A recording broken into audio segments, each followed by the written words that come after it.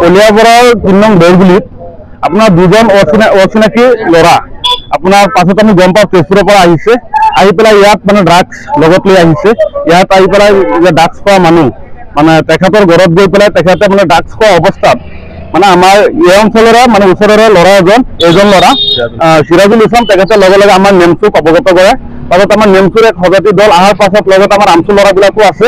আমি একেলগে গাঁও প্ৰধানক অৱগত কৰাৰ পাছত এতিয়া পুলিচক খবৰ দি উক্ত মানুহকেইজনক আমি পুলিচক চমজাই দিছোঁ। ইহঁতৰ লগত আপোনাৰ ড্ৰাগছ আপোনাৰ কেইটামান হেৰি পোৱা গৈছে, ড্ৰাগছৰ বেজী পোৱা গৈছে, কণ্টেইনাৰ পোৱা গৈছে।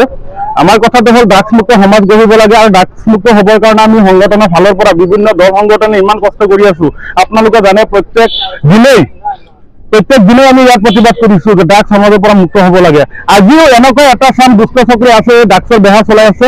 আপোনালোকৰ জৰিয়তে আজিৰ দিনতো তেওঁলোকক আমি সকীয়াই দিব বিচাৰিছো অতি শীঘ্ৰে এই ড্ৰাগছৰ যি বেহা বন্ধ হ'ব লাগিব আৰু ড্ৰাগছ বিক্ৰী কৰা ব্যক্তিসকলক সমাজৰ পৰা একগৰীয়া কৰিব লাগে। তাৰে আমি বিভিন্নভাৱে আমি দাবী জনাই আছো।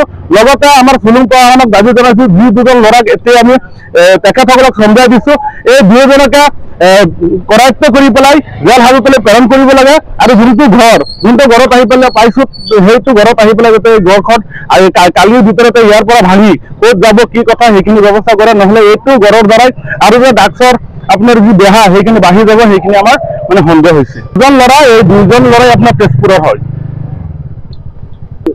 এতিয়া পাছত আমি দল সংগঠনে আমাৰ ৩ নং বৰগুলি গাঁও প্ৰধান খলিলুৰ ৰহমান ডাঙৰীয়াক আমি অৱগত কৰাও। তেখেতে লগে লগে পুলিচক ফোন কৰে আৰু পুলিচ আহি পেলাই তেখেতৰ লগত তেখেতক সহযোগ কৰিছে। মানুহকেইটাক আমি চমজাই দিছো, উঠাই লৈ এই মাত্ৰ গুচি গৈছে।